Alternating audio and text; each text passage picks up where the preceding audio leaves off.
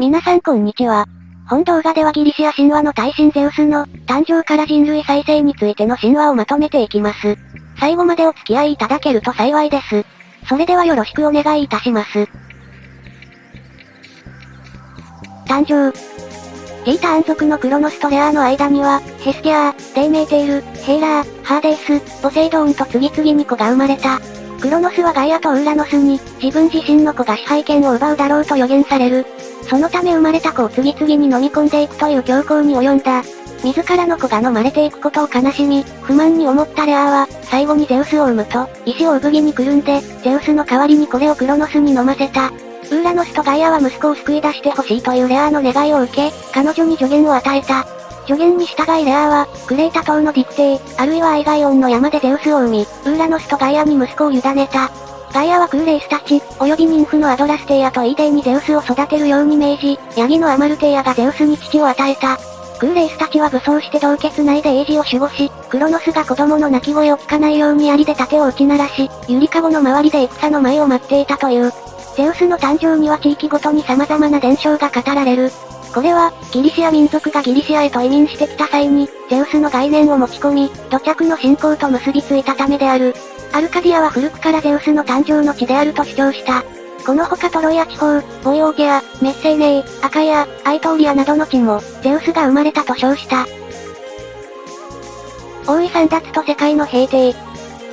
クロノスから隠されて成長したゼウスは、父への復讐のため、オーケアノスの娘で知恵を司るメイティスの協力を取り付ける。メイティスからもらった吐き薬によってクロノスは、彼は飲み込んだ時と逆の順番で石と子供たちを吐き出した。ゼウスは父への勝利の証として、吐き出された石をパルナッソス山のふもと、聖地急登に据え付けた。第二の誕生を遂げた新しい神の兄弟たちは、世界の覇権をかけてティーターン族と戦った。10年間の激しい戦いの後、ガイアはゼウスに対して予言を与えた。タルタロスに投獄された者たちを味方につければ勝利を得る、というガイアの予言のもと、ゼウスは万人のカムペイを倒して、囚われていたキュクロークスたちとヘカトンケイルたちを解放した。この返礼にキュクロークスたちはゼウスに電光と雷霆、ハーデースに隠れ防止、ポセイドーンには三叉の撃を与えた。神々はこれらの武器でティーターン族を征服し、タルタロスへと幽閉。ヘカトンケイルたちを牢番にして監視させると、ゼウス率いるオユンポスの神々は世界の支配権を手に入れた。この戦いはティーターのマキアーと呼ばれる。ゼウスたちはくじによって支配権を決め、ゼウスは空、ポセイドーンは海、ハーデースは冥府を手に入れた。ティーターン族との戦いが終わったゼウスたちは、ギガース族と戦うことになった。この怪物は切り取られたウーラノスの聖地から流れた血から生まれ、きらめく甲冑をつけ、巨大な槍を握った姿で大地の底から現れた。神には殺されないという特性を有していたギガースもいたが、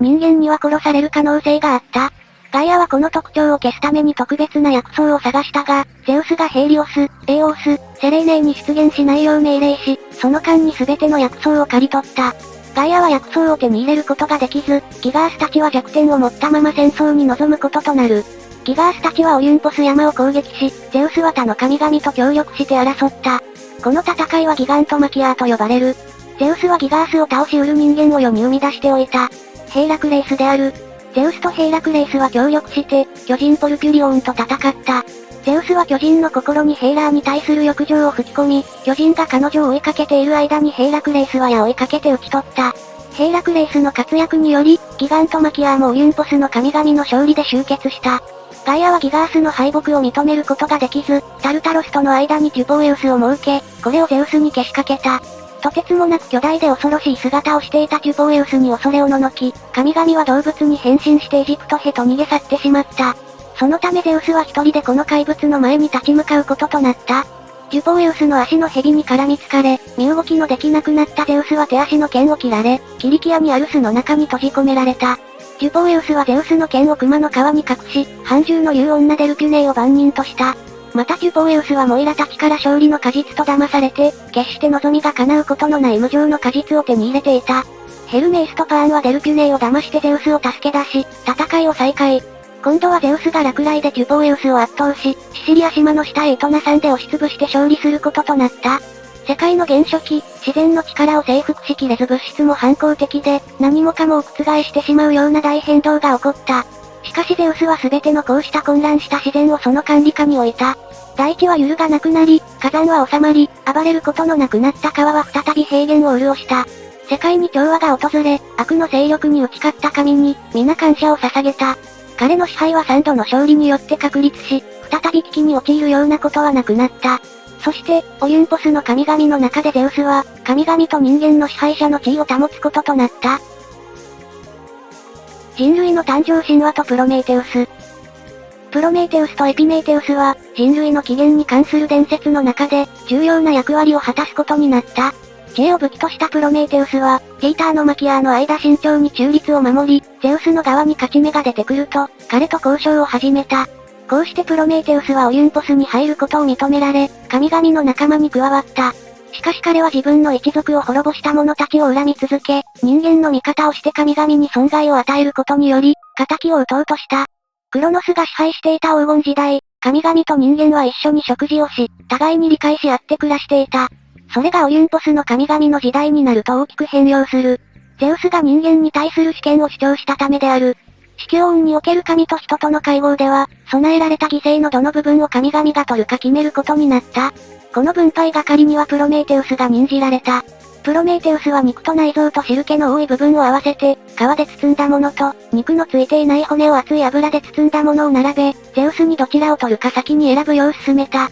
ゼウスは骨の方を選び、油を取り除いて骨しかないことを知ると激怒した。怒りのあまり彼は地上に住むあらゆる種族から火を取り上げてしまった。そこでプロメイテウスはヘーパイストスの火事場のあるレイムのストウヘ出かけ、聖なる火の燃えさしを盗み、うつろな木の中へ収めて人間のところへ持ち帰った。人々は再び火を手に入れることとなる。ゼウスはこの盗みに腹を立て、人間に別の災厄を下した。ヘーパイストスに命じ、まず土と水で人形を作らせ、活力と人間の声を与えた上、美しい乙女を作り出させた。神々はみんなそれぞれ、この新しい創造物に特別な贈り物をした。彼女にはパンドーラーという名が与えられ、ヘルメイスが彼女の心臓に不実を、口には嘘を注ぎ込むと、ゼウスは彼女をエピメイテウスに与えた。兄のプロメイテウスは弟のエピメイテウスに、オリュンポスの支配者から贈り物を絶対にもらってはいけないと警告したものの、エピメイテウスはパンドーラーの美しさに魅了され、彼女を人間の仲間に迎え入れた。パンドーラーは大きな壺を抱えていた。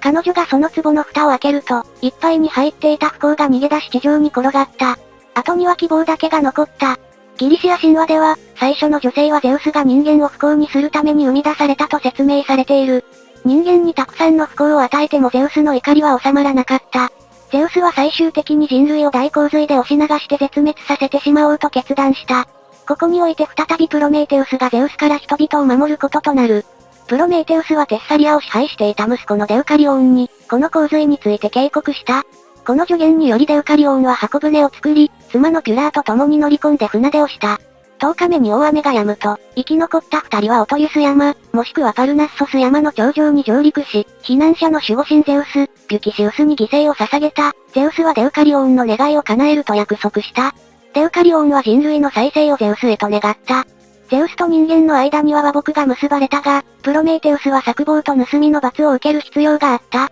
ヘーパイストスはゼウスの命令でプロメイテウスを捕らえ、カウカソス山に切れない鎖で彼を縛り付けた。ゼウスはそこへ鷲を放ち、プロメイテウスの内臓を食わせた。不死であった彼の内臓は食われた部分から再生し、この残酷な仕打ちは延々と繰り返されることとなる。プロメイテウスはゼウスの王座を脅かす秘密を知っていたためにこの攻め苦に耐え、しかし反落の態度を覆さず、ゼウスに対して憎悪の言葉を投げかけ続けた。30年のこの苦役の後、ヘイラクレイスが鎖を断ち切り鷲を殺してプロメイテウスを助け出した。プロメイテウスは秘密にしていた予言、ゼウスとテティスの間からゼウスを玉座から追い落とす子が生まれる、という警告をゼウスへと伝えた。これを聞いたゼウスはクロノスやウーラノスと同じ運命をたどらないよう、テティスとの恋を諦め、彼女を人間のペイレウスと結婚させた。